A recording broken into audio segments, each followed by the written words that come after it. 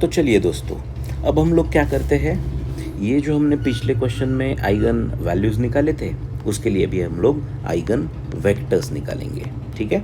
सो eigen vectors निकालने के लिए मुझे सबसे पहले जो बेसिक रिक्वायरमेंट है वो है आइगन वैल्यूज़। पिछले वीडियो में वो आपको मिल जाएगा, डिटेल में देख लीजिएगा। और अब जाएंगे आइगन वेक्टर्स के साथ। तो आपके 3 आइगन वैल्यूज़ आए हैं और किसी भी एक आइगन वैल्यू के लिए मुझे आइगन वेक्टर्स निकालने हैं। ठीक है।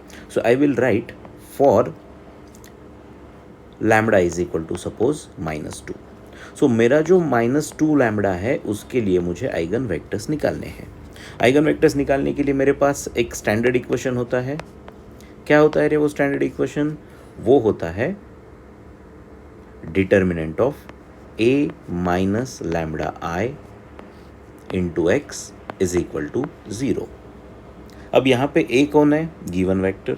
लैम्बडा कौन है? आपका जो वैल्यू है वो। i कौन है? वो है आइडेंटिटी मैट्रिक्स। और x कौन है? तो x है आपके जो वेरिएबल्स है वो। ठीक है। ज़्यादा टेंशन नहीं लेना है, बहुत ही आसान है ये।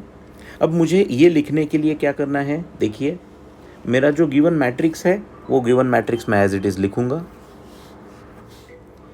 क्या है मेरा जो गिवन मैट्रिक्स है वो है 1 1 3 1 5 1 3 1 1। अब ये हो गया आपका मैट्रिक्स ए। ठीक है। ये कौन है? आपका मैट्रिक्स ए है। अब इस मैट्रिक्स ए के साथ मुझे माइनस लैम्बडा आई इनकॉर्पोरेट करना है। तो इसके लिए कुछ ज़्यादा अलग काम करना नहीं है हमको। सीधा सीधा आपके जो डायगोनल एलिमेंट्स है कौन? 1 5 1। ठीक है। इन डायगोनल एलिमेंट से डायरेक्ट लैम्बडा को माइनस कर दो। सो ये बन जाएगा आपका 1 माइनस लैम्बडा, ये बन जाएगा 5 माइनस लैम्बडा, ये बन जाएगा फिर से 1 माइनस लैम्बडा। ठीक है। अब डायगोनल एलिमेंट के साथ मैंने लैम्बडा को सब्सट्रैक्ट कर दिया है। उसके साथ वाला जो x है इसके हम लोग वैल्यूज़ लिख लेते हैं। It is a column matrix x y z। Consider करो इसको तुम लोग x1 x2 x3 ये 3 वेरिएबल भी लिख सकते हो। मैंने x y z लिया है। ठीक है। अब इसको मुझे सॉल्व करना है। सॉल्व करना है तो लैम्बडा की वैल्यू पुट करेंगे। क्या है लैम्बडा की वैल्यू हमारे पास जो हमने अभी कैलकुलेट किया था? ये है 1 माइनस लैम्बडा की वैल्यू है -2। अब minus into minus will become plus. 2 bar minus multiply है तो प्लस। सो 1 + 2, पहले डायगोनल लिख लेता हूँ मैं, 5 + 2 और 1 + 2। आप लोग बोलोगे सर ऊपर तो माइनस लिखा है, यहाँ पे प्लस कर रहे हो। जी हाँ, क्योंकि लैम्बडा माइनस है। So minus into minus should become plus. और बाकी के जो एलिमेंट्स हैं ना आपके वो अनचेंज रहेंगे। इसमें कोई भी एलिमेंट बाकी का चेंज नहीं होगा। ओनली आपका जो डायगोनल एलिमेंट है वही चेंज होगा। ये साथ वाला जो एक्स वाई जेड है ये भी चेंज नहीं होगा। इज इक्वल टू 0 ये भी चेंज नहीं होगा। तो अब इसका मैट्रिक्स कैलकुलेशन लिख लो। क्या आएगा ये आएगा 3 1 3 1 5 + 2 7 1 3 1 3। मल्टीप्लिकेशन में कौन है? X y z is equal to 0। देखिए दोस्तों, आपका आधा काम तो हो चुका है। अब बस आपको क्रैमर रूल लगाना है और क्रैमर रूल के साथ में आपके आइगन वेक्टर्स तैयार हो जाएंगे। तो क्रैमर रूल में क्या लिखते हैं हम लोग?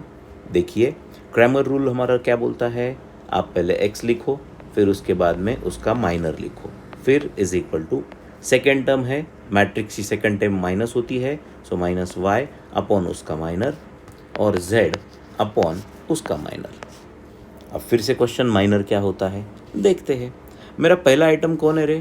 मेरा पहला आइटम है x। x मतलब ये 3। अब ये 3 का रो कॉलम छोड़ देंगे, जो बचा वो मेरा माइनर। सो क्या बचा मेरे पास? मेरे पास बचा है 7 1 1 3। ठीक है। अब इसको हम लोग हटा देंगे। कौन था ये था ये वाला। ठीक है, इसको हटा देंगे।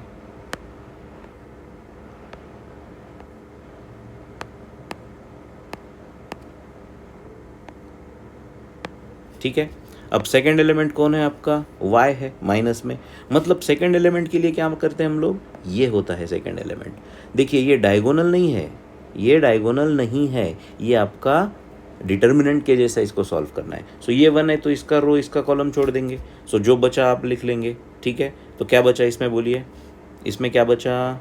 इसमें बचा 1 1 3 3 और लास्ट z के लिए मुझे क्या करना है, फिर से वही चीज़, ये मतलब z मतलब ये 3, इसका रो इसका कॉलम छोड़ देना है, जो बचेगा वो लिख लेना है। सो क्या बचा यहाँ पे बचा 1 7 3 1।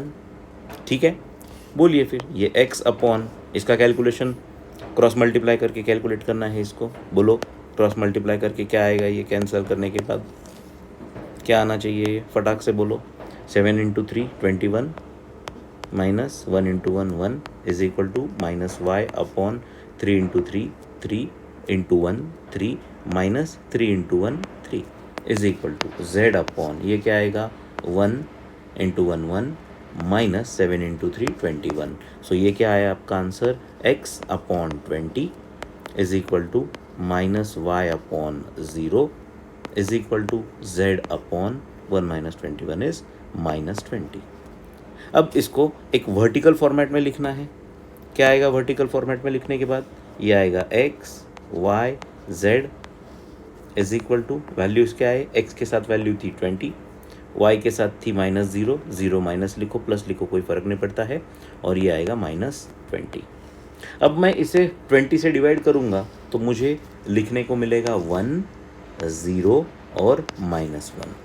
And guys, this is your required eigenvector.